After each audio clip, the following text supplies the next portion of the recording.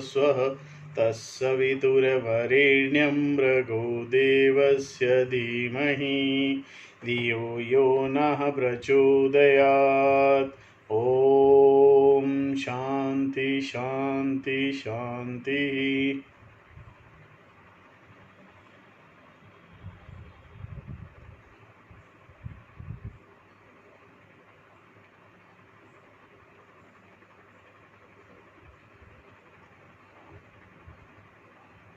ओम सहना भवतु सहनौ भुनक्तु सह वीर्यं करवावहै तेजस्विनावधीतमस्तु मा विद्विषावहै। ओम शांति शांति शांति। ओम श्रुति स्मृति पुराणानाम् आलयं करुणालयं नमामि भगवत्पाद शंकरं लोकशंकरं शंकरं शंकराचार्यं केशवं बादरायणं सूत्रभाष्यकृतौ वन्दे भगवन्तौ पुनः पुनः। ओम त्वमेव माता च पिता त्वमेव त्वमेव बन्धुश्च सखा त्वमेव त्वमेव विद्या द्रविणं त्वमेव त्वमेव सर्वं मम देव देव। ओम गुरुदेव भगवान शिव शंकर भोलेनाथ कैलाशपति महाराज की जय। भगवान व्यास जी महाराज की जय। शंकराचार्य भगवान की जय। स्वामी चिन्मयानंद भगवान की जय। स्वामी दयानंद भगवान की जय। स्वामी प्रबुद्धानंद भगवान की जय। माता पिता की जय। सभी गुरु देवताओं की जय। सभी गुरु देवताओं की जय। श्री कृष्ण गोविंद हरे मुरारी हे नाथ नारायण वासुदेवा। ओम गुरुभ्यो नमः। ओम chapter 3 we have seen verse number 9. In verse number 9 we had seen Krishna says that all the karmas not based on raga dvesha but subserves dharma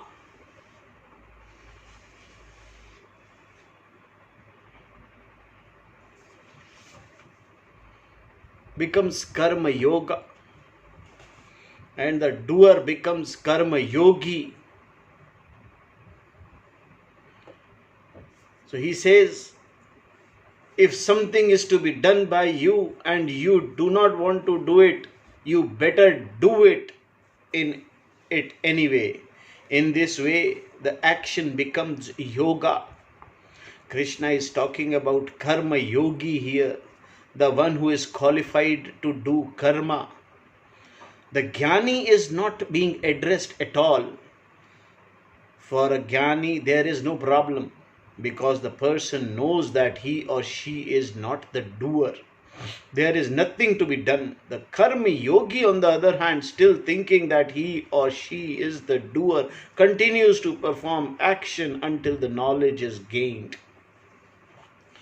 Therefore, Krishna explains why karma is to be done in verse number 10. सहयज्ञः प्रजा सृष्ट्वा पुरोवाच प्रजापति अनेन प्रसविष्य देवम् एष वोस्त्वैष्टकामदुकम्. Pura, in the beginning, Prajapati, the creator, सहयज्ञः, along with yajnaha, praja, human beings, sarastva, having created, srishtava,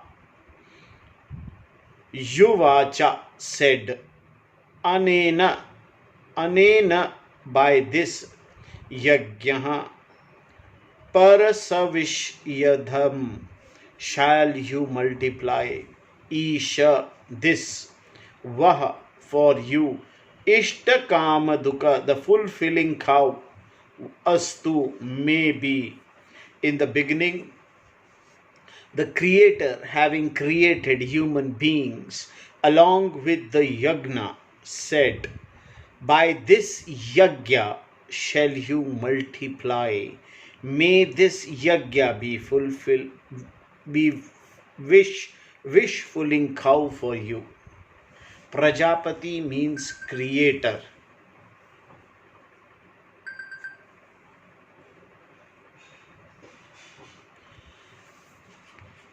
The Lord of all beings, called Brahmaji.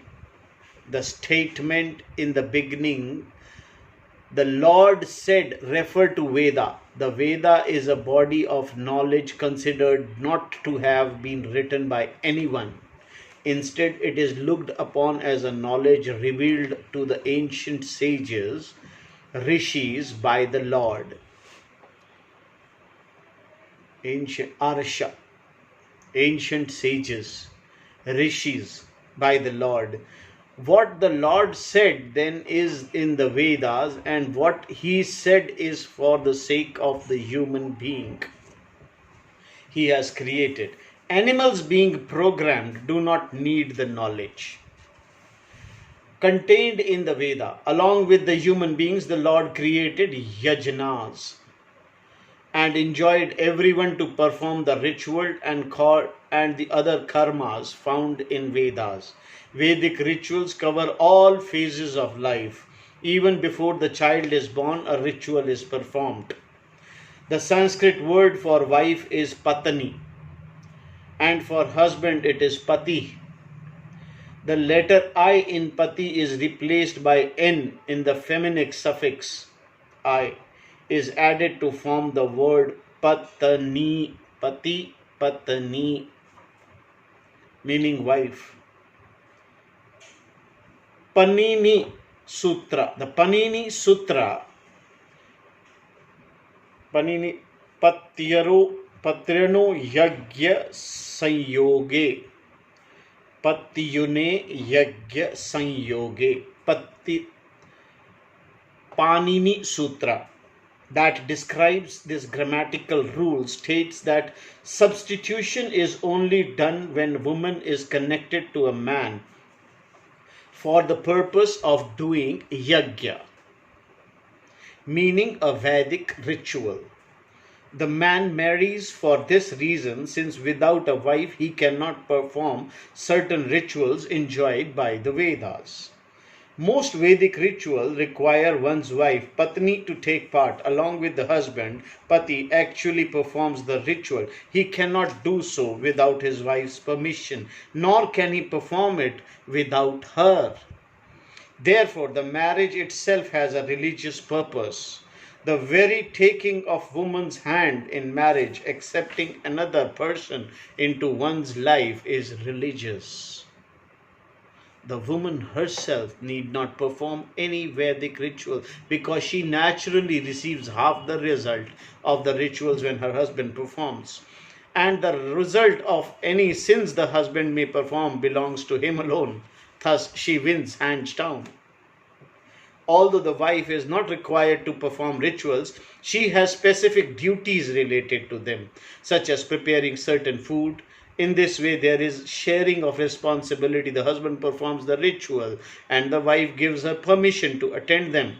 Because she enables him to be qualified to perform the ritual, she is called Patani, meaning that she is connected to the yajna.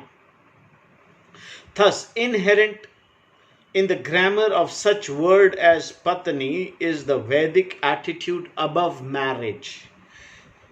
There are Vedic rituals performed for consummation of the marriage, for impregnation. Again, the Vedic ritual is done during 7th or 8th month of pregnancy.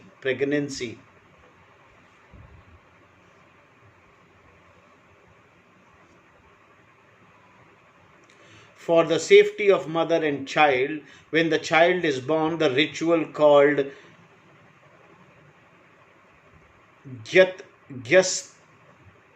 Jatasthi is performed by the parents of the child on behalf because the baby cannot do it. Then there is a naming ritual, Namkarana Sanskara, which is similar to the christening ceremony. During the first year of the child's life, There is a ritual during which baby's ears are pursed. This is also said to have some acupuncture value. The rituals for removing the hair may be performed at the same time or later, in the 8th year or 12th year, depending upon which group of child belongs to. Another ritual is performed for initiation into the Vedas. A mantra is given to the child, is referred to one who is twice born, the second birth being the result of the initiation ceremony. From this time onward, a male child is to perform certain daily rituals, and when he marries, as we have seen, certain other rituals also are to be performed. Thus, in Vedic vision, a child is born of rituals and is maintained by rituals. Certain rituals are performed 3 times daily, at dawn, at sunset, and noon. When the sun is directly above one's head, there is a direct propitiation, as we have seen, all other activities being indirect propitiation. In this way, everything is a ritual, including eating. Only after 6 morsels of food are given to the Lord does one begin eating. There is another ritual at the end of the meal using water and mantra. Bathing is also a ritual. A boy who has been initiated into Vedas has to do certain rituals from time he gets up in the morning until he goes to the bed in the night. He has to remember certain chants in order to do the required rituals. Throughout his life, this continues. Commitment to Veda is a life of yajna. There are yet other rituals, quite in fact, that must be done on special occasions. One's entire life is yajna, and the person is called Vedika. One who is committed to Vedas. To be a Vedika is no joke. It means that a person has to perform all the enjoined ritual. In other words, to live a religious life. This is what Lord Krishna meant here when he said that when he created human beings, he also created yajnas. Prasava, meaning growth, is an interesting word here. You begin your life with just yourself. Aham, I, myself. When you get married, there are 2 of you, because of which there can be no end of growth. Thus, a singular becomes a dual, and then plural, 3, 4, or more. So, Krishna said that yajna, may you grow, increase. Whenever the word said he used as it is in the verse, there is always an intention involved. Thus, to understand the sentence, one has to see the intention. By giving human beings the ritual that are in the Vedas, the Lord intended for us to grow. Let this yajna be for you.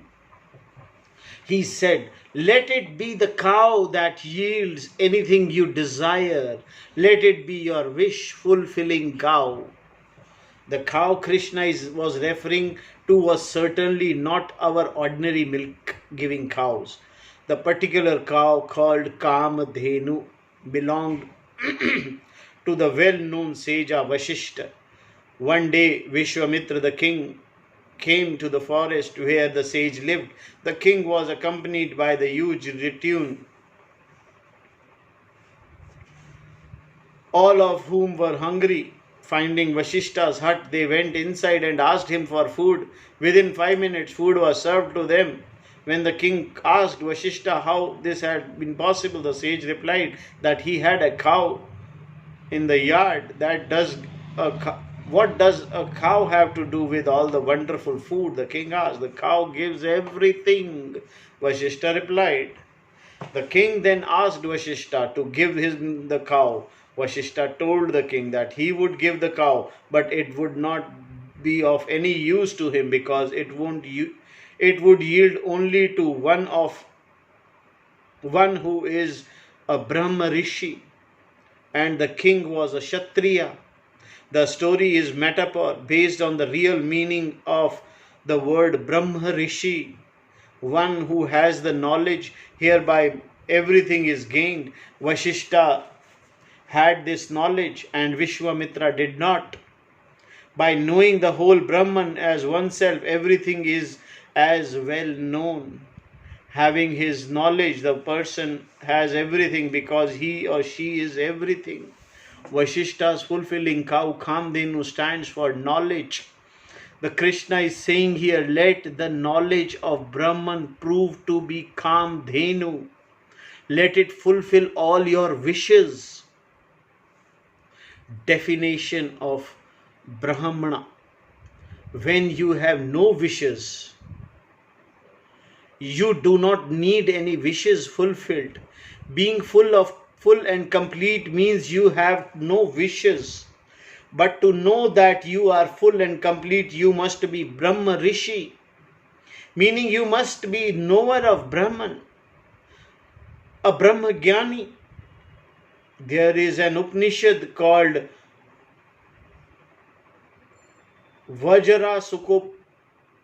Sushikopanishad.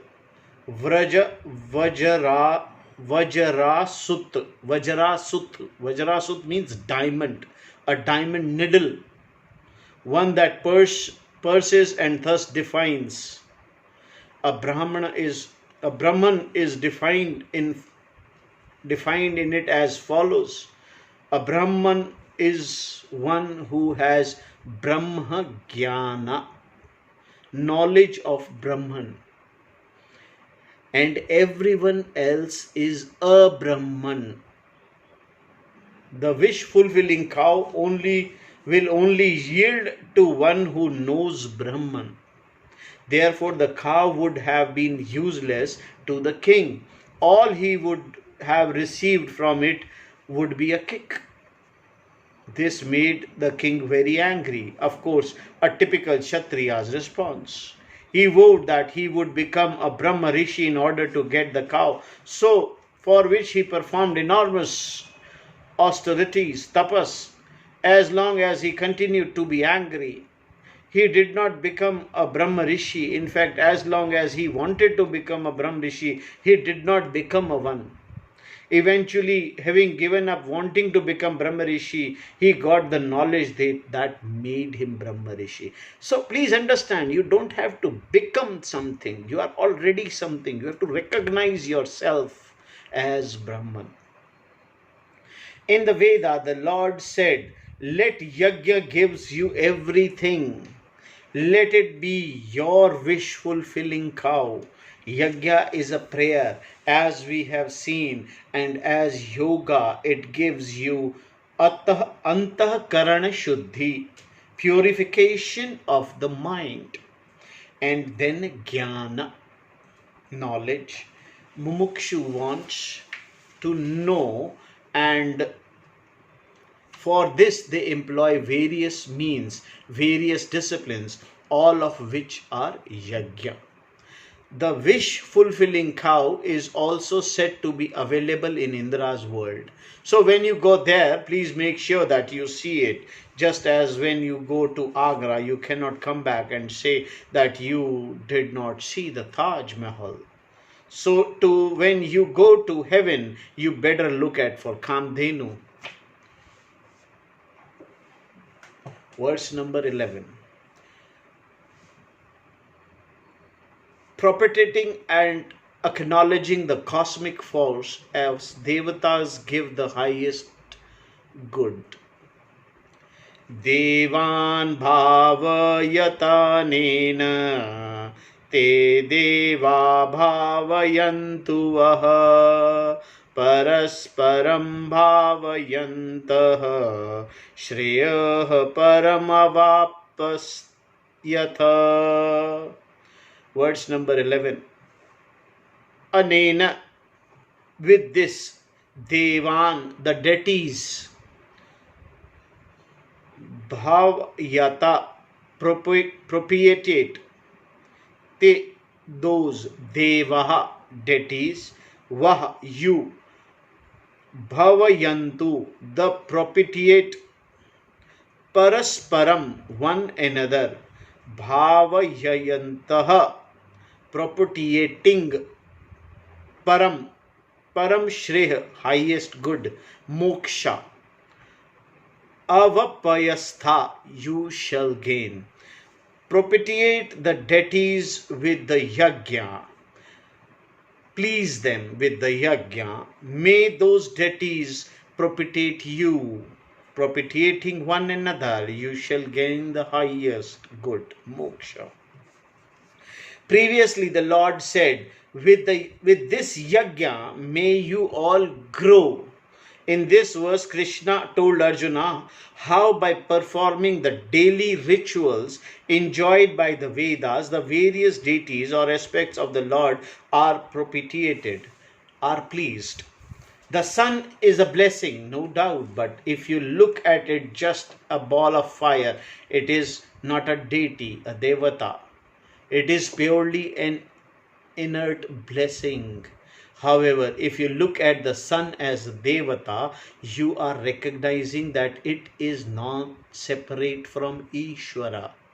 So to with the other deities, water, Varuna, air, Vayu, fire, Agni, and the earth, Prithvi, space, Akasha, is also a devata, as is time, Kala. Kal Devata. Kal is also Devata, present, future, past. Thus, there are n number of Devatas whose blessings you partake of every day. There is ecology at the level of your understanding with reference to the free will, which is where the order that is Ishvara is to be appreciated. Daily yajna implies you oblations, propositions to all these devatas who are Ishvara in form of various forces. May you propitiate them and thus propitiate. May they bless you. You perform your daily duties and prayers and let the cosmic forces bless you. Let them bless you and you propitiate them. May you not disturb the cosmic ecology by not doing what is to be done. A recognition in sensitivity is involved here. By recognizing the cosmic forces, you do not take things for granted. This is why children in India are told that they must get up before the sun rises. A child might think, so what if the sun rises? Let it rise. Why should I get up? But they are told that they must rise in time to welcome the sun. The sun is a blessing, and when a blessing comes, you should not be sleeping. You should be wide awake for its coming. A man had been meditating for 20 years. The Lord was pleased with his meditation and appeared before him. Unfortunately, the man was asleep at that time. This happens in meditation sometime. And so the Lord came and went. The person had to meditate another 20 years before the Lord came again. But here in the form of sun, the Lord comes every day. So you should not be under the sheet when he comes. You should get up and receive the blessing that is Lord. The kind of appreciation is what ecology is all about. There is no ecology other than your own understanding. You have to understand, otherwise there is no ecology. Ecology is only for the person who understands. Yajna requires sensitivity.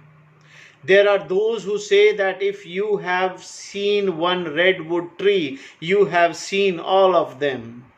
Ronald Reagan said this when he was the governor of California. Because timber companies were destroying all the redwood trees, he was asked to put an end to the destruction. Reagan's response was that they would keep just a few trees so that people could see them. He did not see why anyone would want to preserve these 100-year-old trees. This represents a particular level of understanding, and at this level there is no ecology, only economy. And in the long run there is no economy either. Ecology is an appreciation that is in your head. In other words, in the eyes of the beholder. It is not beyond the eyes. It does not exist outside. If you do not see it, it is not there. This then is ecology. Appreciation of Ishvara is also ecology. But at the deeper level, Ishvara is appreciated as the cosmic force and is thereby propitiated. One of the forms of proposition is daily prayer. Therefore, you may appreciate Ishvara in your prayers as the forces, the deities, and let them bless you. May you all grow by doing what is to be done. There is a mutual respect here. The deities bless you and you propitiate them. You offer them oblation and they offer you their blessings in the form of rain, energy, health, and so on. In this way, you may gain moksha, param shreya, characterized by knowledge in due course, step by step, not directly, not immediately, but antakarna shuddhi, by preparing the mind, purifying it for the knowledge. If you die while pursuing knowledge without having gained it, it is said that at the very least you will gain heavenly enjoyment, Swarga. Therefore, there is no loss. Swarga also stands for better birth, meaning that in your next birth you will go further along towards moksha.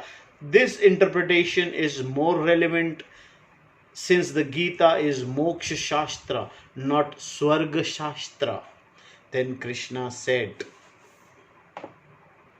verse number 12, Krishna says, the Lord Krishna says, Ishthan bhogan hi vo deva dasyante yagyan bhavitah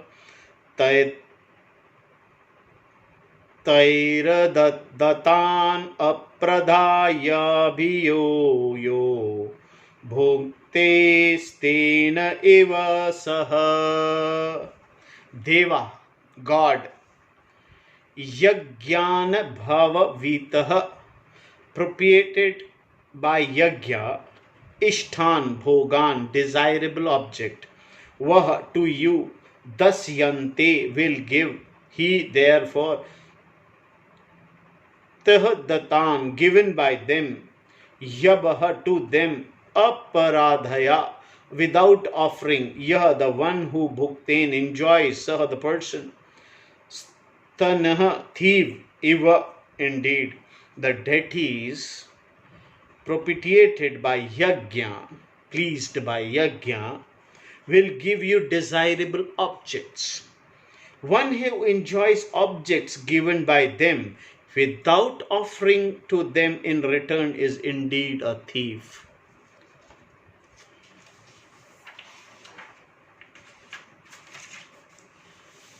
The gods here mean Ishvara in form of deities who are propitiated by your yajna. Your prayers and rituals, they spread before you all desirable enjoyment. Whatever is desirable, they give to you. Thus, for those who predominant commitment is yajna, there will be conducive situation for growth. Hence, for person to be able to live a life of dharma, you require a society where dharma is predominant. It is not that you cannot do it otherwise, but it is difficult. Take life in modern day India, for example, even to buy a railway ticket, the agent must be bribed.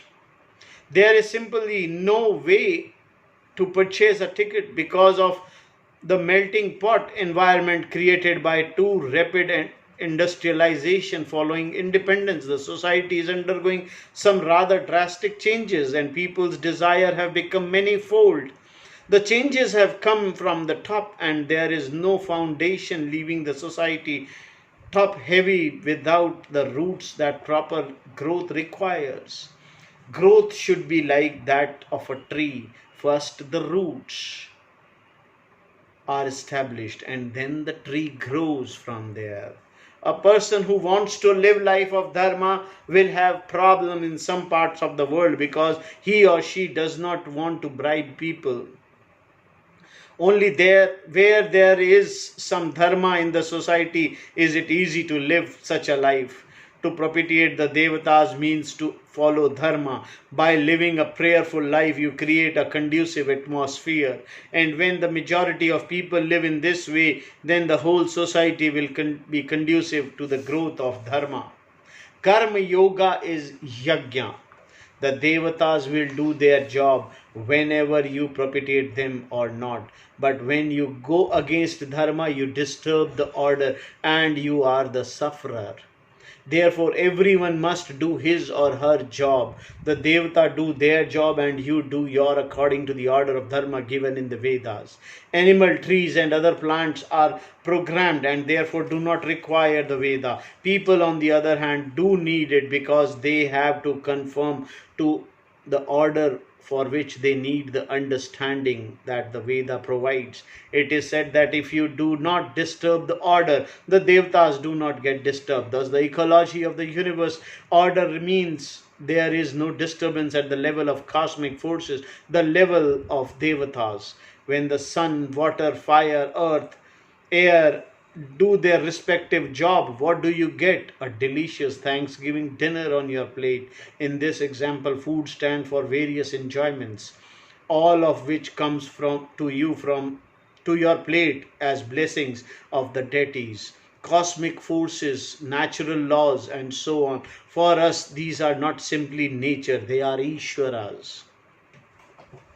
In this verse, a person who enjoys the result that are given by Ishvara without having offered anything is linked to thief, because you are continuously receiving from the cosmic force, which are nothing but aspects of Ishvara. You should give them something in return.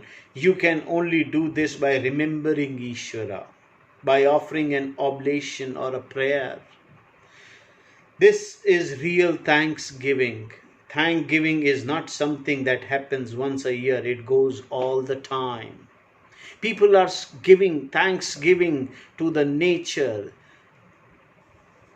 In this COVID situation, in the lockdown period, people came to know that when rivers got so clean, the air got clean, people started thanking. They had been getting fresh air. Although the deities do not need anything from you, you need to respect them. And this respect is given in form of prayer. The prayer is a recognition of all these forces and make you sensitive person. You are not just seeing what the eyes see or hear, what your ears hear. You are going beyond them. This kind of life is not an ordinary life. It is profound life. Not giving back to the deities in form of remembrance make you thief. A thief does not say thank you. He or she just takes what belongs to another and runs away. Therefore, a person who does not remember the devata is not different from a common thief. One who takes money from someone and does not return it is also a cheat. This thief, who is also a cheat, runs away and begins operating from another place so as not to be found out. Here the devata do not seem to come looking for you. They are all in your appreciation, otherwise they simply do not exist for you. Still they operate constantly. The very air you breathe is Ishvara. The work of Devata is also done and can be recognized by you. And if you do not recognize them, you are a cheat, because you take from them and do not give them what is to be given in return. What we return to Devata is our recognition, which is what is called yajna. We perform yajna as a return, as a thanksgiving. It is not for anything else. The yajna itself brings about and antakaran shuddhi, because of which the person can give thanks. By giving thanks, by recognizing everything as Ishvara, we will definitely gain antakaran shuddhi. A person who respects cosmic forces is not an ordinary person. He or she no longer goes by raga dvesha, but goes beyond them. Otherwise, there would be no recognition or thanksgiving. On the other hand, a person who performs karma to satisfy his or her mind and senses alone does not offer oblations, not even water or simple twig. Such a person is a thief and a cheat. He or she does not give the cosmic force their due. In the next verse, Krishna describes these two types of people. Yagyashishthashinah santo muchyante sarva kilibashe भुञ्जते ते त्वघं पापा ये पचान्तयात्मा कारणत यजना शिष्ठ सिन्हा सन्तः यज्ञः शिष्ठ शिनः सन्तः. Those who eat, having first offered the food to Lord. Sarva kalabhishak, from all impurities, muchyate, are released. Yetu, there, whereas those who atmakaranta, for themselves only, pachanti, cook, they papaha, sinners, agam, papa, bhunjate, eat. Those who eat, having first offered the food to the Lord, they are released from impurities. Whereas those sinful people who cook only for themselves eat papa. Karma Yoga is presented as yajna in this verse. We have seen how all actions of yajnas, whether they are in form of rituals, prayers, or performing one's duties to other, more which we shall see in next chapter. Since Ishvara, the Lord, is to be recognized in form of various cosmic force or element, these forces are viewed individually and are called devatas or devas, meaning deities.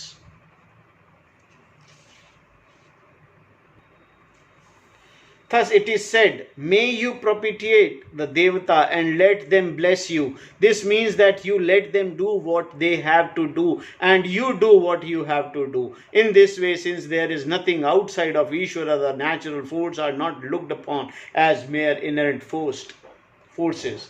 Everything in this is within Ishvara, the conscious being, Chaitanya Vastu, even when one is under the spell of dream.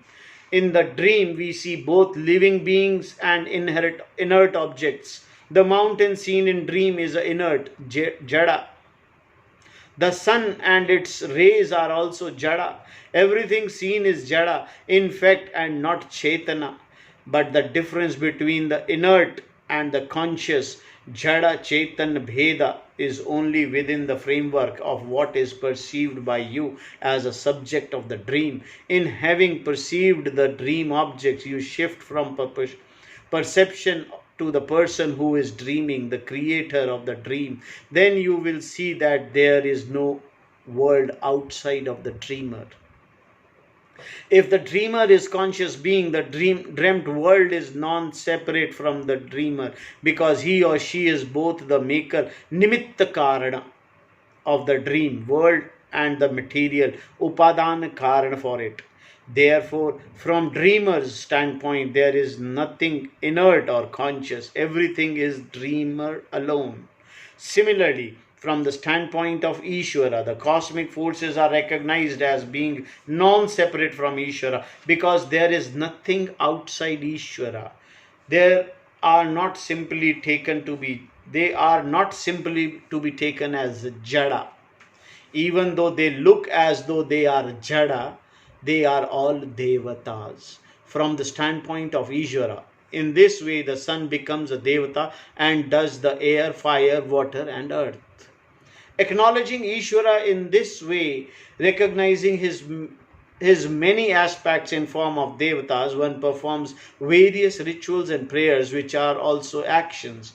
There are various actions that are to be done, including the daily rituals, nitya karma, and rituals performed on certain occasion, naimittika karma, stipulated in the Vedas as part of vision. Nitya karma and naimittika karma are to be performed without exception until one takes sannyasa.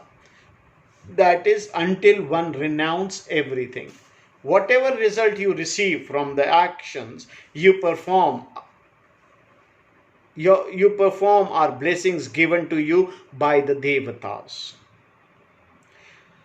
who are doing their job. If you acknowledge these devatas and give them their due, you become a person who is not a thief or a cheat, as Krishna said in previous verse. Here in the present verse, he contrasted the person who is not a thief with one who is. One cannot help but perform certain harmful karma as one lives one's daily life. Life does live upon life. If freedom or free will were not there, nothing would be sinful. Strictly speaking, there would be no wrongdoing, no papa karma. But because one has to eat and must fulfill certain minimum requirements in order to survive, there is naturally going to be some kind of injury, hinsa done. Some plants, animals, and bugs will be destroyed. In this way, many non-human living beings are destroyed every day, and this destruction produces certain untoward result called papa, which keeps on gathering every day. How are you going to eliminate these results? Knowingly or unknowingly, a lot of papas are incurred and you gather results that are undesirable, which in turn result in some kind of unpleasantries, dukkha for you. To naturalize these results, then there are different type of yagyas. Yagyas to the deities, to one's ancestor, to one's fellow creature, to the rishis, who have given us this knowledge, and so on. These yagyas are to be performed daily and are contained in one's ritual. The Yagnasishthar Sinha in this verse refers to those who eat after having first offered the food to the Lord. In other words, those who partake after having paid their dues. While people in India today may not perform all enjoyed yajna very methodically, they always offer food to the Lord and only then they do eat. The ritual itself is not what is important. It is the attitude, the bhavana that counts. Food is cooked and offered to the Lord, the attitude being that only what is left over yajna shishta is to be eaten, which is what is meant by prasada. It is a blessing from the Lord. Those who eat only prasada do not eat food, they eat only prasada. Having offered the food to Lord with a prayer such as chant Brahmarpanam, the food itself becomes prasada. Brahma Arpanam. As soon as you say, chant Brahma Arpana, the food itself becomes a prasada. Thus it is said that those who offer food to Lord and then partake of what is left over are released. Muchyante. They all, from all the little papas, cervical vices, they have been gathered daily because of having performed some injury or the other in the process of survival. Merely by grinding something, washing the floor, spraying detergent or walking, we are continuously killing something. This killing is often done deliberately for one's own welfare. Is in fact, we could not live if we not do it. The bugs that we kill want to live, but we also want to live. Coexist not being possible. The bugs must be destroyed. This act of destruction involves some sin, some adharma, which, as Krishna points out in the verse, can only be neutralized by daily prayers, not anything else. Freedom from the result of one's action. Or the verse can be taken another way. Having become purified by the knowledge, you will be liberated from all punyas and papas. On one's releases oneself from punya and papa without having knowledge. Thus the statement sarva kilbhisha muchyate can be taken to mean from all karmas they get released. The word santaha can be taken together with the word yagya sishtha sinaha, meaning being ones who are yagyana sishtha sinaha. Or it can be taken as separate word meaning a saintly people, Satapurusha, the wise. In that case, it is an adjective to the word Yagyashishta Sinha. They become wise because of life of prayer, which gives them the mind necessary to know. In the second line of the verse, Krishna describes those people are given to papa karmas, action based on adharma rather than dharma. They do not recognize dharma and adharma at all. They recognize only what is convenient to them. Their pleasures and security alone are important. They simply do not see anything more than that. While Yajnashishta Sena get rid of the sins gathered, these people just go on gathering them because they do not offer the food they eat to the Lord. It is said that they eat papa, meaning when they eat only sin. Sin here must be understood in the Indian context. Every karma has its own result. An action is sinful only in the sense that it results in some unpleasantness, dukkha for the person who performed the action. Similarly, a good action simply means that it produces a result that gives you some pleasure, comfort, and so on. There is no accurate English translation for the Sanskrit word papa and punya, so as not to confuse them with the totally different concept generally associated with the word sin in other contexts. It is preferably to retain the Sanskrit word themselves. Sin in Indian context is not quantified.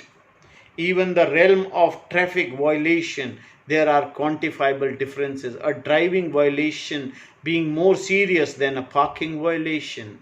The parking violation may simply invoke a fine to be paid by your car, may be towed away and may be costly to retrieve, but you do not have to keep on paying. It does not affect your insurance premium like a driving offense can.